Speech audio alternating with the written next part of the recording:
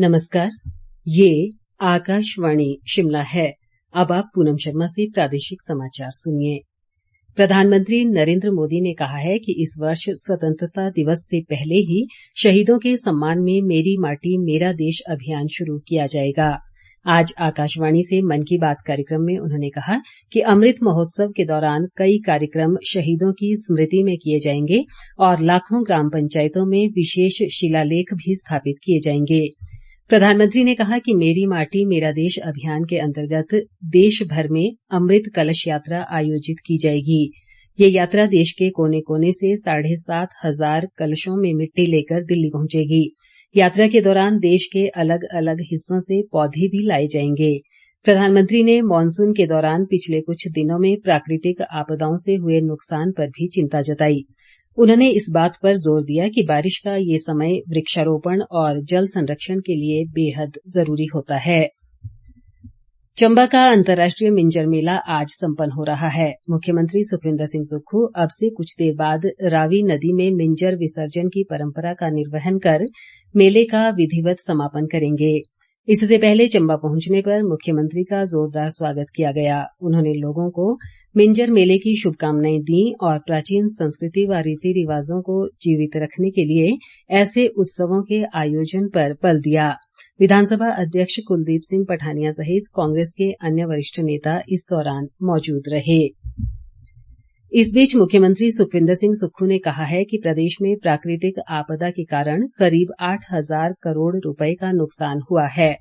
उन्होंने आज चंबा में बताया कि संकट की इस घड़ी में राज्य सरकार ने 48 घंटे के अंदर प्रभावित क्षेत्रों में बिजली व पानी की अस्थायी आपूर्ति सुनिश्चित की है। मुख्यमंत्री ने बताया कि वे जल्द ही दिल्ली जाकर प्रधानमंत्री नरेंद्र मोदी और केंद्रीय गृह मंत्री अमित शाह से प्राकृतिक आपदा से हुए नुकसान के संबंध में भेंट करेंगे। प्रदेश भाजपा सचिव डेजी ठाकुर और महिला मोर्चा की अध्यक्ष वंदना योगी ने कहा है कि चुनाव के समय कांग्रेस पार्टी द्वारा दी गई सभी गारंटियां हवा हवाई साबित हो रही हैं। उन्होंने कहा कि कांग्रेस नेताओं ने प्रदेश की 22 लाख महिलाओं को प्रति माह 1,500 रुपए देने की गारंटी दी थी, जिसे अभी तक भी पूरा नहीं किया गया है। डेजी ठाकुर और वंदना योगी ने आरोप लगाया कि प्रदेश में कांग्रेस नेताओं द्वारा प्रतिशोध की राजनीति भी शुरू की गई है। इसके तहत भाजपा कार्यकाल में लगाई गई 14 उद्घाटन व शिलान्यास की पट्टिकाओं को तोड़ दिया गया है। स्वास्थ्य मंत्री धनीराम शांडिल ने लोगों से पौधरोपण व प्रकृति के संरक्षण के लिए आगे आने का आह्वान किया है। सोलन जिले के ओछघाट में आज वन महोत्सव के दौरान उन्होंने कहा कि वर्तमान में पेड़ों की अवैज्ञानिक कटाई से पर्यावरण का संतुलन बिगड़ रहा है। उन्होंने कहा कि यदि वृक्षों को नहीं बचाया गया तो भविष्य में मनुष्य को इसके घातक परिणाम भुगतने पड़ सकते हैं। धनीराम शांडिल ने बताया कि सोलन जिले में इस वर्ष 200 हेक्टेयर क्षेत्र में करीब 4 लाख पौधे लगाने का लक्ष्य रखा गया है।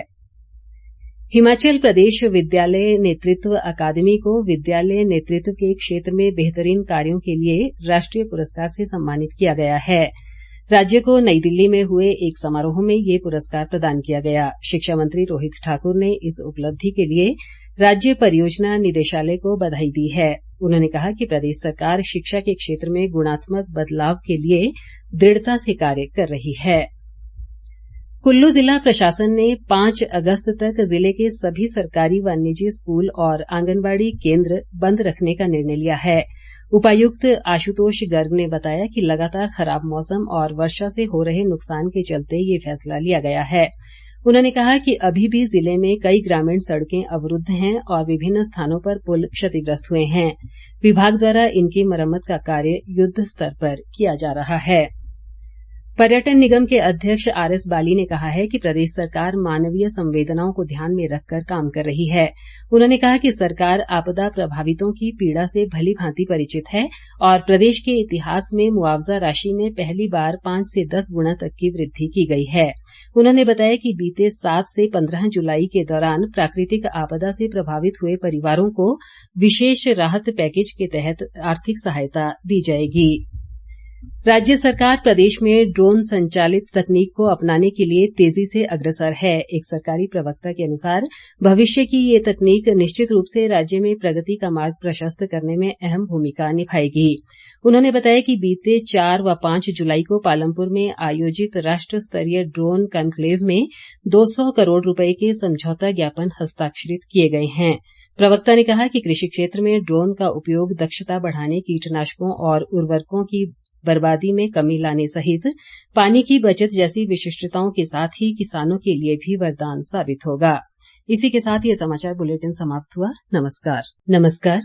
ये आकाशवाणी शिमला है। अब आप पूनम शर्मा से प्रादेशिक समाचार सुनिए। प्रधानमंत्री नरेंद्र मोदी